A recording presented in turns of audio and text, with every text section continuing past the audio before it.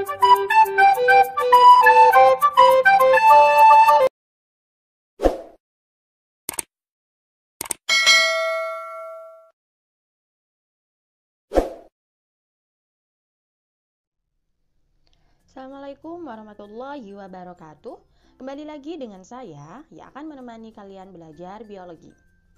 Pada video kali ini, saya masih akan tetap menjelaskan soal-soal biologi dari biologi kelas 10 sampai kelas 12 yang ada pada pendalaman materi biologi.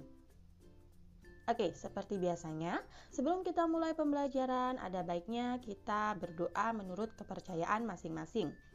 Agar selama belajar, mulai dari awal sampai akhir kita diberikan kemudahan dalam memahami yang kita pelajari. Berdoa dimulai. Berdoa selesai. Oke, langsung saja kita lanjutkan membahas soal nomor 31.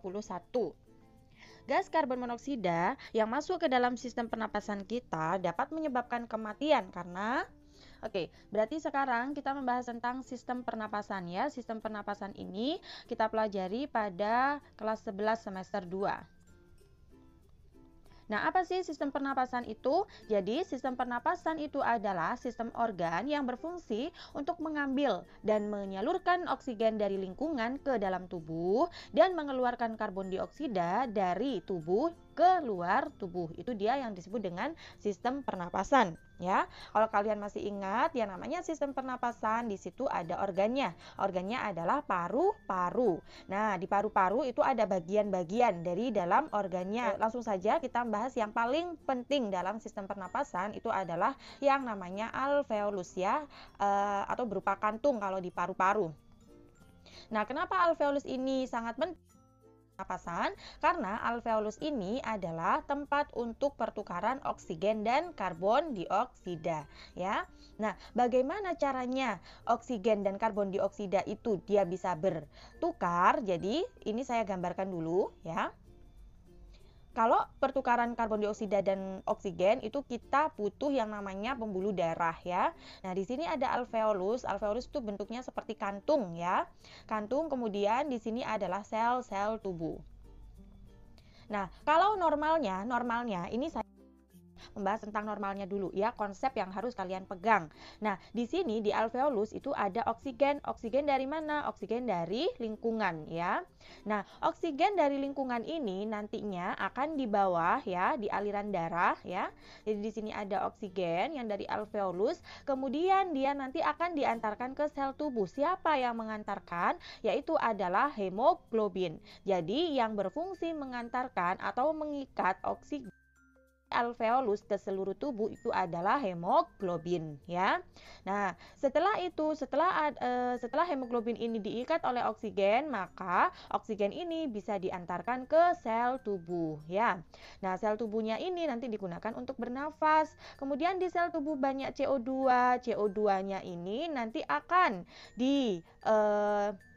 akan diantarkan ke alveolus melalui siapa? Melalui hemoglobin juga. Jadi misalnya di sini CO2 nanti akan diikat oleh hemoglobin dan nantinya akan disalurkan ke alveolus ya. Jadi makanya di situ ada pertukaran oksigen dan karbon dioksida.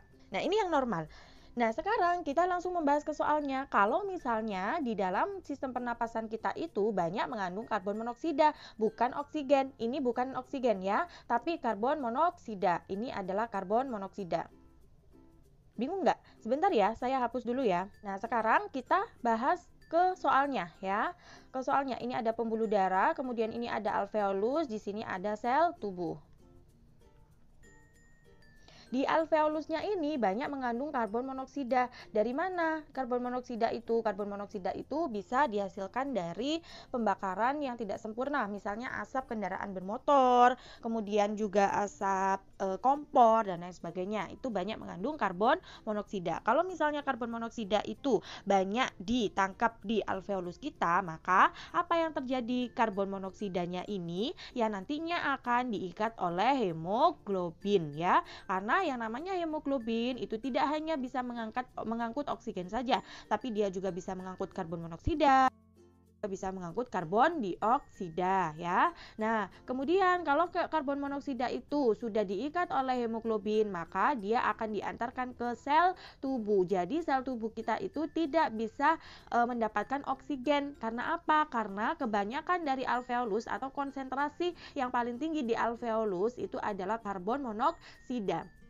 bukan oksigennya. Hemoglobin itu punya syaratnya apa? Dia hanya mengangkut konsentrasi yang paling tinggi, baik itu di sel tubuh ataupun di alveolus. Kalau alveolusnya itu kebanyakan karbon monoksida daripada oksigennya, maka otomatis hemoglobinnya ini nantinya akan mengikat karbon monoksida daripada oksigen. Padahal seperti yang kita tahu, kalau kita bernafas itu kita membutuhkan oksigen, bukan membutuhkan karbon monoksida. Nah, kemudian apa yang terjadi kalau misalnya oksigennya itu tidak disampaikan hemoglobin, tidak disampaikan hemoglobin ke sel tubuh, maka pernapasan kita akan terganggu. Pernapasan kita terganggu ya. Nah, kalau misalnya kondisi ini itu terlalu lama kondisi seperti ini, tubuh tidak mendapatkan oksigen, maka bisa-bisa itu menyebabkan kematian ya. Nah, setelah ini kita kembali lagi ke soalnya. Gas karbon monoksida yang masuk ke dalam sistem pernapasan kita dapat menyebabkan kematian. Karena apa? Karena gagalnya pengangkutan oksigen oleh hemoglobin. Jadi jawabannya adalah yang B. Karena apa kok hemoglobin ini gagal mengangkut oksigen? Karena dia lebih cenderung mengangkut karbon monoksida, di mana karbon monoksida itu jumlahnya lebih banyak daripada oksigennya gitu. Paham ya? Oke, sekarang kita lanjut ke soal nomor 32. Perhatikan gambar berikut ini. Oke, salah satu proses pembentukan urin terjadi proses penambahan zat-zat sisa yang tidak dibutuhkan oleh tubuh, misalnya urea. Proses itu berlangsung di dalam organ. Oke, ini kita bergerak ke sistem ekskresi ya, sistem ekskresi.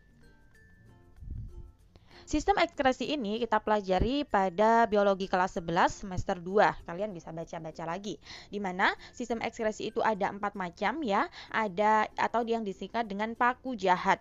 Pa itu paru-paru. Paru-paru nanti menghasilkan karbon monoksida sebagai hasil akhirnya. Kemudian kulit dia nanti ekskresinya adalah yang dikeluarkan adalah keringat. Kemudian ginjal ya, ginjal ini nanti akan menghasilkan urin. Kemudian hati bisa menghasilkan empedu. Nah, untuk yang nomor 32 ini kita fokus pada ginjal ya.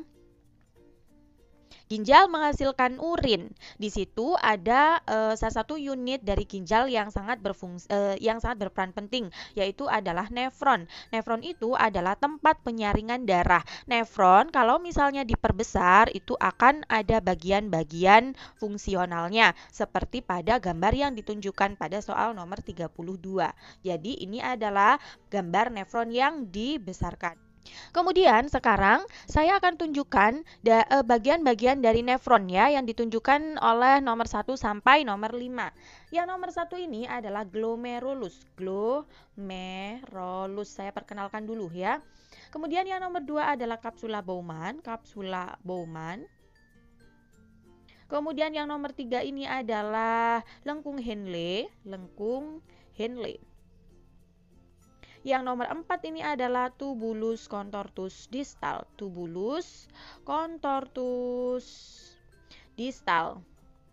Kemudian yang nomor 5 adalah tubulus collectivus. Sebenarnya ada satu bagian lagi yang tidak ditunjukkan oleh nomor ya. Ini saya tunjukkan saja. Bagian ini sebelum adanya lengkung Henle itu ada tubulus contortus proximal. Proximal. Oke. Ini adalah bagian-bagian dari nefron. Kemudian saya bilang tadi yang namanya ginjal itu dia mengeluarkan urin ya. Jadi pengeluarannya adalah urin melalui beberapa tahap. Jadi ada proses pembuatan urin ya. Proses sistem urinaria gitu saja. Sistem urinaria. Ada beberapa tahapan yang harus dilakukan agar bisa menghasilkan urin yang kita keluarkan sehari-hari ya. Di mana yang pertama tahapannya adalah tahapan filtrasi. Filtrasi itu adalah penyaringan ya, penyaringan darah. Penyaringan darah yang mengandung zat-zat sisa metabolisme. Nah, filtrasi itu tempatnya adalah di glomerulus. Glomerulus. Dari filtrasi ini akan dihasilkan yang namanya urin primer. Nah, kemudian tahapan yang selanjutnya adalah reabsorpsi. Reabsorpsi. Re itu kembali, absorpsi itu penyerapan. Jadi penyerapan kembali. Penyerapan kembali. Penyerapan kembali apa? Penyerapan kembali air, glukosa, asam amino, natrium, dan nutrisi lainnya yang ada pada urin primer. Nah, reabsorpsi ini letaknya ada pada tubulus contortus proximal. Dari reabsorpsi ini dihasilkan urin sekunder. Nah, kemudian urin sekunder ini nanti masih akan ada tahapan lagi ya. Tahapan lainnya adalah augmentasi. Augmentasi. Di mana augmentasi itu adalah penambahan zat sisa yang tidak dibutuhkan oleh tubuh seperti urea ya. Penambahan zat sisa yang tidak dibutuhkan oleh tubuh. Misalnya seperti urea ya. Nah, augmentasi ini letaknya ada pada tubulus contortus distal. Kalau kalian bertanya, loh lengkung Henle ini belum ada Bu, ini tempatnya apa? Lengkung Henle ini fungsinya agar urin yang dihasilkan pada tubulus contortus distal itu tidak kembali ke tubulus contortus proximal. Makanya lengkung Henle kan kayak setengah lingkaran gini ya. Fungsinya untuk apa? Biar dia tidak kembali lagi ke tubulus contortus proximal. Nah, karena augmentasi ini dia nanti akan menghasilkan urin sesungguhnya.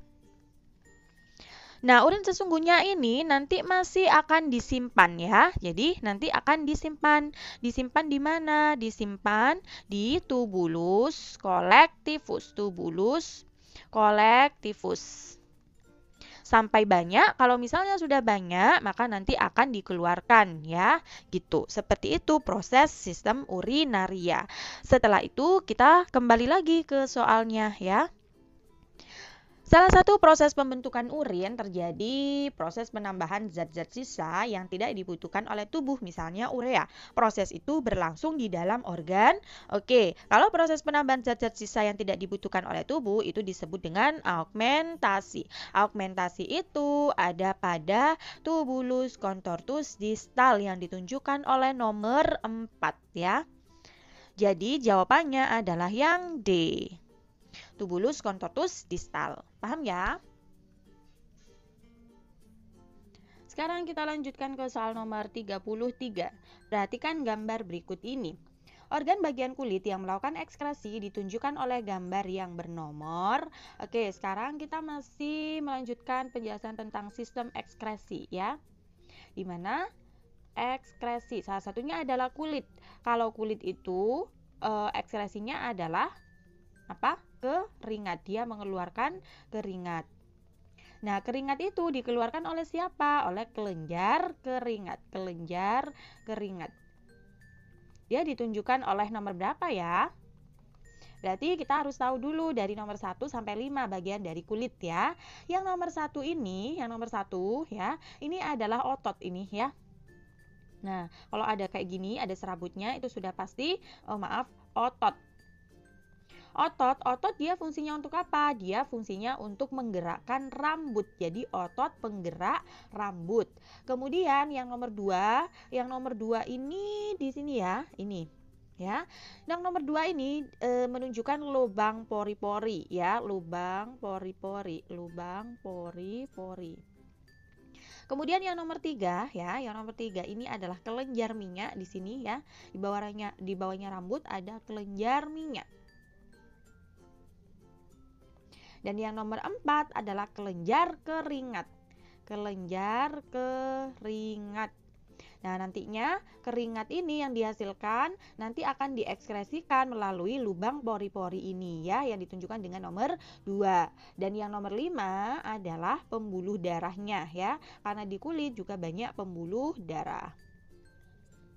Nah, sehingga organ bagian kulit yang melakukan ekskresi ditunjukkan oleh gambar yang bernomor, kelenjar keringat ditunjukkan oleh nomor 4. Oke, paham ya? Oke, langsung saja kita lanjutkan ke soal nomor 34. Baca dengan seksama artikel di bawah ini. Penglihatan malam bukan sesuatu yang manusia bisa miliki, seperti kucing, anjing, dan beberapa hewan lainnya. Di permukaan mata hewan tersebut terdapat membran yang disebut tapetum lucidum. Tapetum lucidum. Kemampuan melihat kita terbatas karena ketersediaan cahaya. Peneliti dari grup ilmuwan dan peretas biologi Science for Masses California menemukan tetes mata ajaib yang membuat kita bisa melihat dalam gelap. Mereka menggunakan senyawa CE6 yang berasal dari ikan laut digabungkan dengan salin, insulin, dan dimetil sulfoksida atau DMSO, lalu ditargetkan ke retina. Ketika diuji cobakan, efeknya luar biasa dan cukup sukses karena dapat melihat objek tangan yang berada sejauh 10 meter dan bisa mendeteksi posisi seseorang yang berdiri di area rimbun sejauh 50 meter pada suasana gelap. Dalam artikel ini, tetes mata ajaib yang mengandung senyawa CE6 yang digunakan berpengaruh karena yang kalian harus tahu di sini adalah bagian mata yang sangat sensitif terhadap cahaya adalah retina ya. Karena retina ini fungsinya untuk menerima cahaya yang difokuskan oleh lensa dan nantinya akan mengubahnya menjadi impuls ya. Itu adalah fungsi dari retina. Nah, kemudian yang namanya retina itu ada bagian-bagiannya lagi ya. Ada sel batang dan juga ada sel kerucut. Ada 2 bagian dari retina, di mana kalau sel batang itu sensitif terhadap cahaya. Dia sensitif terhadap cahaya. Kalau misalnya sel kerucut itu dia sensitif terhadap warna. Jadi kalau kita bisa melihat warna-warna itu karena adanya sel kerucut pada retina kita ya. Kalau dari artikel ini kita bisa menyimpulkan bahwa kemampuan manusia itu tidak bisa melihat dari jarak pandang yang sangat jauh. Karena apa? Karena retina kita itu tidak bisa menerima cahaya yang difokuskan oleh lensa ya, dan nantinya akan diubah menjadi impuls. Tapi ketika di dalam mata kita itu ditetesi tetes mata ajaib, di mana dia itu mengandung CE6, dan ketika mata kita itu ditetesi senyawa CE6 ini, ternyata kita bisa mendeteksi posisi seseorang yang berada di area rimbun pada suasana gelap. Sehingga apa yang terjadi di situ, ada yang namanya sel batang dari retina yang sensitif terhadap cahaya itu akan diberikan oleh senyawa CE6 ini. Jadi apa yang terjadi? Maka dari artikel ini, tetes mata ajaib yang mengandung senyawa CE6 yang digunakan berpengaruh karena adanya sel batang yang meningkat pada retina. Jadi jawabannya adalah yang A ya. Oke, paham ya? Selanjutnya kita bahas soal nomor 35. Uji refleks sering dilakukan dengan cara memukulkan benda lunak secara tiba-tiba ke bagian bawah tempurung lutut sehingga secara tidak sadar tungkai bawah penderita bergerak ke depan. Gerakan tersebut melibatkan busur refleks yang dimulai dari lutut dan lalu diteruskan ke sekarang kita membahas tentang sistem syaraf ya. Sistem syaraf itu masih ada pada kelas 11 di semester 2. Saya tuliskan dulu di sini sistem syaraf. Nah, sistem syaraf ya, ada mekanismenya, di mana mekanisme kerja sistem syaraf itu ada 2 macam. Dia bisa menghasilkan 2 keadaan, yaitu dia bisa menghasilkan gerak sadar dan juga gerak refleks ya, atau gerak tidak sadar. Gerak refleks. Nah, contohnya gerak sadar seperti apa? Kalau misalnya kita mengangkat tangan, itu kan kita sadar ya, kita mengangkat tangan nih, jadi itu namanya gerak sadar. Tapi kalau gerak refleks itu benar-benar sebenarnya kita tidak mengangkat tangan kita atau mengangkat kaki kita, tapi itu terjadi dengan sendirinya. Biasanya disebabkan oleh beberapa faktor. Misalnya nih kita terbentur oleh benda batu atau apa gitu ya. Nah, otomatis kita akan terjengat gitu ya. Jadi kaki kita otomatis langsung keangkat padahal kita tidak ingin mengangkat kaki kita gitu. Itu adalah salah satu dari gerak refleks. Nah, gerak sadar dan gerak refleks itu mekanismenya berbeda-beda. Dimulai dari gerak sadar dulu ya. Ketika kita sadar, itu pertama itu adanya reseptor ya. Reseptor dari sistem gerak kita itu nanti akan dihubungkan ke neuron sensorik. Kemudian dari neuron sensorik akan diteruskan ke otak. Dari otak nanti akan diteruskan ke neuron motorik ya, akan diterima oleh neuron motorik. Kemudian nanti akan menghasilkan efektor. Jadi kita bisa bergerak. Kemudian kalau misalnya gerak refleks itu mulai dari reseptor ya. Mulai dari reseptor nantinya akan dibawa oleh neuron sensorik sama ya, yang membawa reseptor itu adalah neuron sensorik. Dari neuron sensorik akan diteruskan ke sumsum tulang belakang. Nah, ini bedanya sumsum tulang belakang. Dari sumsum tulang belakang nantinya akan dibawa oleh neuron motorik. Dari neuron motorik nantinya akan disampaikan ke efektor sehingga kita bisa bergerak. Jadi perbedaan antara gerak sadar dan juga gerak refleks itu ada pada penerimanya. Kalau gerak sadar itu diterima oleh otak, kalau gerak refleks itu diterima oleh sumsum tulang belakang ya. Nah, kita kembali ke soalnya. Gerakan tersebut melibatkan busur refleks yang dimulai dari lutut dan lalu diteruskan ke, berarti lututnya ini adalah reseptornya ya, reseptor. Dari reseptor nanti akan diteruskan ke sensoris ya, neuron sensorik. Mana yang neuron sensorik? B sama ini ya.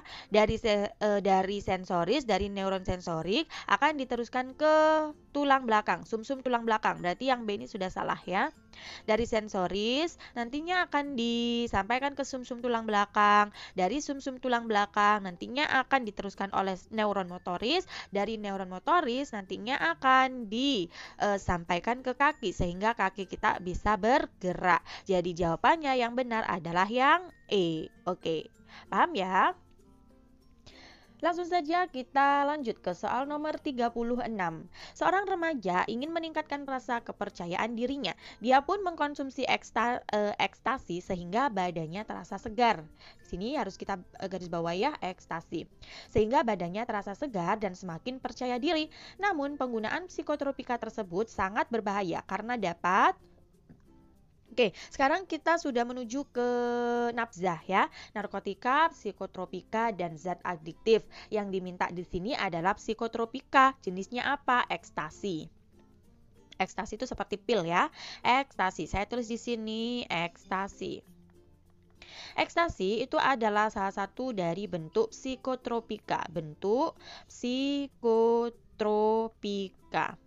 Nah, psikotropika ini dia punya manfaat nih. Manfaatnya apa? Manfaatnya bisa membuat penggunanya itu makin aktif, membuat penggunanya makin aktif. Makin aktif atau yang disebut dengan stimulan. Ini adalah dampak positifnya. Makanya di sini dia dibilang ya, seorang remajanya ini dia ingin meningkatkan rasa kepercayaan dirinya. Makanya dia menggunakan ekstasi ini untuk dikonsumsi. Karena untuk ekstasi atau psikotropika ini dia bisa membuat penggunanya lebih aktif. Kalau misalnya dia awalnya tidak percaya diri karena dia mengkonsumsi ekstasi, dia bisa percaya diri. Itu adalah fungsinya dari psikotropika. Tapi yang namanya ekstasi itu juga punya bahaya tersendiri. Bahaya dari ekstasi adalah dia bisa mengakibatkan penggunanya itu depresi ya, depresi. Kemudian dia juga bisa mengakibatkan penggunanya itu semakin cemas ya, dilingkupi perasaan yang cemas dan juga bisa menyebabkan gangguan memori. Ini adalah efek dari penggunaan ekstasi. Karena apa? Karena yang namanya kita awalnya mengkonsumsi ekstasi itu dalam dosis yang sedikit, tapi lama-lama itu nanti kita harus meningkatkan dosis kita. Nah, dosis yang sangat meningkat itu, dosis yang sangat tinggi itu bisa membahayakan bagi tubuh kita. Nah, kalau ekstasi bahayanya itu apa? Dia bisa menyebabkan depresi, dia juga bisa menyebabkan rasa cemas yang berlebih, dan juga gangguan memori. Itu adalah bahaya dari mengkonsumsi ekstasi. Makanya kalian, kita semua harus menghindari yang namanya narkoba, psikotropika, dan juga zat adiktif. Karena itu membahayakan bagi tubuh. Iya Bu, memang ada sisi positifnya, tapi banyak bahayanya ya. Oke, sekarang kita lanjutkan ke soalnya. Penggunaan psikotropika tersebut sangat berbahaya karena dapat yang A, merusak sel-sel syaraf dan menimbulkan rasa paranoid. Ini salah ya. Salah. Kemudian yang B, mempengaruhi daya ingat dan menimbulkan kegilaan. Nah, ini ya, mempengaruhi daya ingat. Kalau di sini saya tuliskan adanya gangguan memori dan juga menimbulkan kegilaan. Kalau di sini saya bilang depresi ya. Jadi jawabannya adalah yang B. Oke, paham ya? Selanjutnya kita membahas soal nomor 37. Data alat reproduksi wanita, ada infundibulum, vulva, vagina, uterus, ovarium, dan tuba fallopi. Urutan jalannya sel telur sampai terjadinya pembuahan dan embrio adalah, ini saya tunjukkan gambar dari alat reproduksi wanita ya. Di sini ada ovarium atau tempatnya telur ya, tempatnya sel telur, indung telur. Di sini ada sepasang, tapi yang menghasilkan sel telur atau ovum itu hanya satu bagian saja, entah itu di kanan atau di kiri. Kemudian di sini ada infundibulum. Infundibulum itu fungsinya untuk menangkap menangkap ovum yang sudah matang di ovarium. Dia nanti akan ditangkap dan diteruskan ke tuba fallopi. Tuba fallopi ini adalah saluran panjang yang menghubungkan antara ovarium dan juga rahim. Kemudian di sini ada uterus atau rahim ya, tempat embrio itu berkembang atau tempatnya janin itu berkembang. Kemudian ada endometrium. Endometrium itu adalah lapisan atau dinding rahim ya. Bisa dibilang dinding rahim. Dinding rahim itu bisa menebal dan juga menipis. Kalau misalnya ketika menstruasi itu endometriumnya itu luruh karena awalnya dia tebal untuk persiapan ovum ketika dibuai oleh zigot yang berkembang menjadi embrio. Tidak ada sel sperma yang membuai, maka endometriumnya itu akan luruh ya. Kemudian di sini ada serviks dan juga ada vagina. Oke. Kita lanjutkan lagi, urutan jalannya sel telur sampai terjadinya pembuahan dan embrio. Nah, berarti di sini yang pertama adalah ya, saya tulis dulu di sini. Yang pertama adalah sel telur di ovarium dulu. Sel telur di ovarium itu sampai matang ya, sampai matang. Ketika sudah matang, maka dia nanti akan dilepaskan ya oleh ovarium atau disebut dengan ovulasi. Berarti di sini yang kedua ada yang namanya ovulasi atau pengeluaran sel telur dari ovarium. Nah, pengeluarannya ini nanti akan ditangkap oleh infundibulum. Ovulasi berarti ovum ditangkap oleh infundibulum. Nah, setelah ditangkap oleh infundibulum, maka sel telur ini atau ovum ini nanti akan berada pada tuba fallopi ya. Jadi di sini ovum berada pada tuba fallopi. Nah, ngapain ovumnya ini berada di tuba fallopi? Ovumnya ini atau sel telurnya ini nantinya akan menunggu yang namanya sel sperma datang. Jadi sel telur itu menunggu sel sperma di sini ya, di tuba fallopi. Kalau misalnya ada sel sperma yang datang, kemudian sel telur ini dibuai oleh sel sperma, maka nanti akan menghasilkan zigot ya. Nanti akan menghasilkan zigot. Zigot ini nanti akan dibawa sampai ke rahim.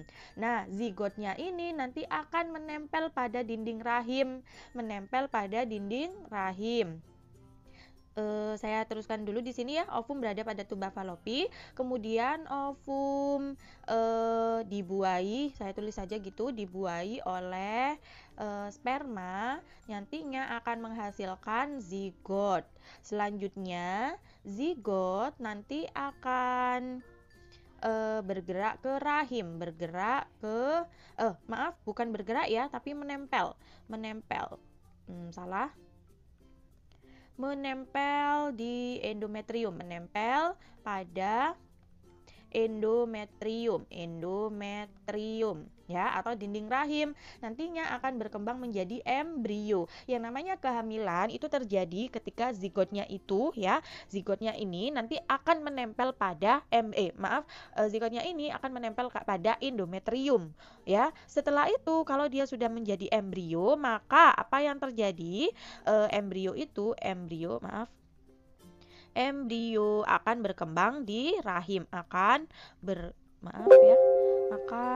berkembang di rahim atau uterus. Nah, udah paham?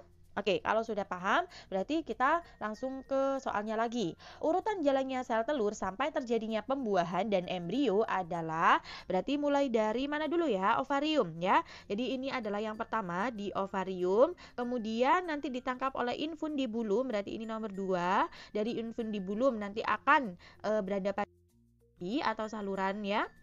Dari tuba falopi nantinya akan, ini langsung uterus ya, nggak ada endometrium, jadi langsung ke uterus. Dari uterus nanti akan dikeluarkan melalui vagina. Dari vagina nanti akan berada pada vulva ini yang paling terakhir ya. Oke. Jadi, urutan jalannya sel telur sampai terjadinya pembuahan dan embrio adalah ovarium, berarti nomor 5. Nomor 5, mana ini ya, itunya saya. Nomor 5, kemudian 1 ya, infundibulum, kemudian tuba falopi, kemudian uterus atau rahim. Jadi 5, 1, 6, 4. Jadi jawabannya adalah yang D. Oke, paham ya? Nah, selanjutnya kita lanjutkan ke soal nomor 38. Pada proses spermatogenesis, sel yang bersifat diploid adalah, berarti kita sekarang masih ke sistem reproduksi ya. Jadi di sini ada yang namanya spermatogenesis atau proses pembentukan sel sperma. Spermatogenesis atau proses pembentukan sperma, di mana sperma ada tahapan-tahapannya, mulai dari spermatogonium. Spermatogonium itu dia masih bersifat diploid ya, atau 2N. Kemudian spermatogonium itu dia akan mengalami pembelahan mitosis. Kalau pembelahan mitosis itu hasil anakannya sama dengan induknya. Kalau induknya adalah diploid, maka spermatosit primer juga diploid. Nah, kemudian spermatosit primer itu akan mengalami pembelahan meiosis, menghasilkan spermatosit sekunder, 2 spermatosit sekunder. Nah, karena pembelahan meiosis ini adalah pembelahan di mana sel anakannya itu mendapat setengah dari sel induknya, di mana di sini induknya adalah diploid, maka spermatosit sekunder atau sel anakannya bersifat haploid. Nah, setelah itu spermatosit sekunder akan menghasilkan masing-masing spermatosit sekunder akan menghasilkan 2 spermatid ya. Menghasilkan 2 spermatid, karena di sini ada spermatid sekundernya 2, maka spermatid yang dihasilkan adalah 4 ya, karena masing-masing mendapat 2. Nah, spermatid ini juga haploid. Nah, 4 spermatid ini nantinya akan mengalami yang namanya pematangan, menghasilkan spermatozoa atau sel sperma, dan ini juga bersifat haploid.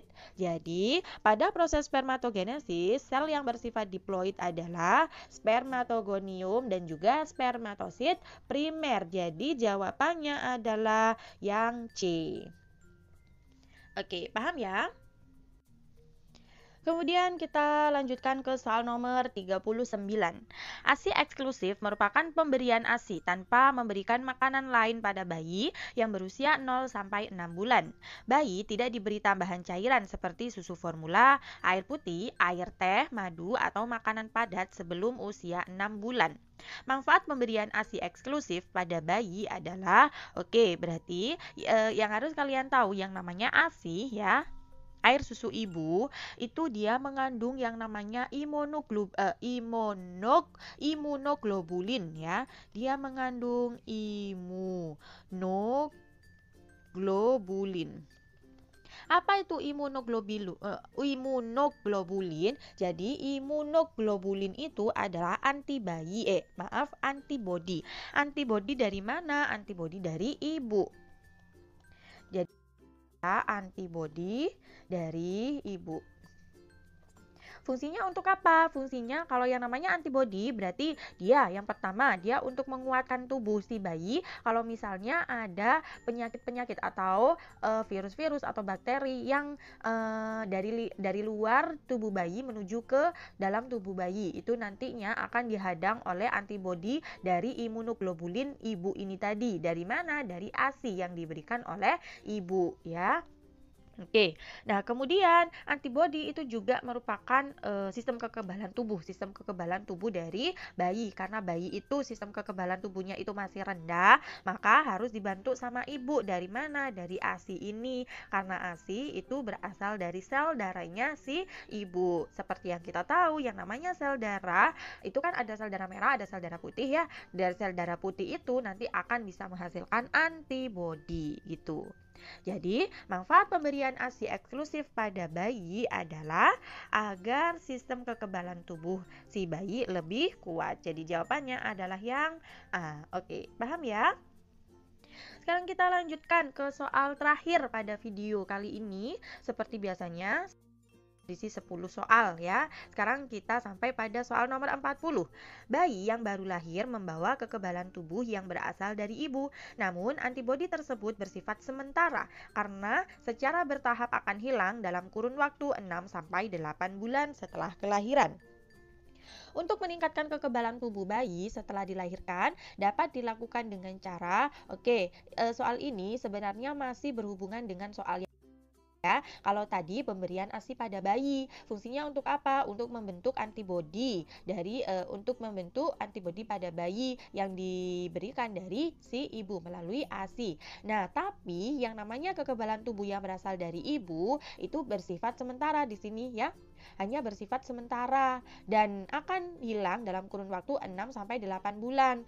Sehingga yang namanya bayi itu harus diberikan kekebalan tubuh lagi ya, agar kalau misalnya ada penyakit atau virus yang dari luar itu bisa diatasi oleh tubuh bayi itu. Nah, selain ASI ibu itu, kalau kalian masih ingat yang namanya si bayi balita itu ada apa? Ada tahapan vaksinasi ya. Jadi saya tulis di sini. Yang namanya balita itu kan pasti akan divaksin ya, melakukan vaksinasi. Vaksinasi itu adalah proses pemberian vaksin ke dalam tubuh bayi untuk memberikan kekebalan terhadap suatu penyakit tertentu. Dan untuk vaksinasi ini biasanya bertahap karena vaksinasinya banyak. Misalnya kayak vaksin cacar, polio, kemudian vaksin-vaksin yang lainnya itu dia diberikan secara bertahap. Dan fungsi dari vaksinasi ini tidak lain dan tidak bukan adalah untuk memberikan kekebalan tubuh pada bayi ya. Nah, makanya vaksinasi itu sangat penting. Biasanya ada orang yang ada ibu yang tidak memvaksin karena kalau misalnya divaksin itu anaknya biasanya sakit. Ya, memang biasanya sakit karena apa? Karena sebenarnya vaksin itu kan si bayi itu diberikan virus tapi yang dilemahkan. Jadi ketika bayi itu diberikan virus tapi dilemahkan atau yang disebut dengan vaksinasi, itu otomatis yang namanya tubuh bayi itu akan apa ya namanya, membentuk benteng ya, membentuk benteng di dalam tubuhnya untuk memerangi virus itu ya, walaupun itu virus yang sudah dilemahkan. Nah, karena tubuh bayi itu memerangi virus yang diberikan dari luar, maka otomatis tubuh bayi itu biasanya akan panas ya, panas. Karena apa? Karena di dalam tubuhnya itu berperang untuk melawan virus atau penyakit yang diberikan kepada si bayi gitu ya. Jadi, kita balik lagi ke soalnya. Untuk meningkatkan kekebalan tubuh bayi setelah dilahirkan dapat dilakukan dengan cara memberikan vaksinasi dan imunisasi secara bertahap. Oke, gitu. Paham ya? Mungkin itu saja yang bisa saya sampaikan pada video kali ini. Terima kasih atas segala perhatiannya. Mohon maaf apabila ada salah kata atau salah tulisan. Saya akhiri. Wassalamualaikum warahmatullahi wabarakatuh.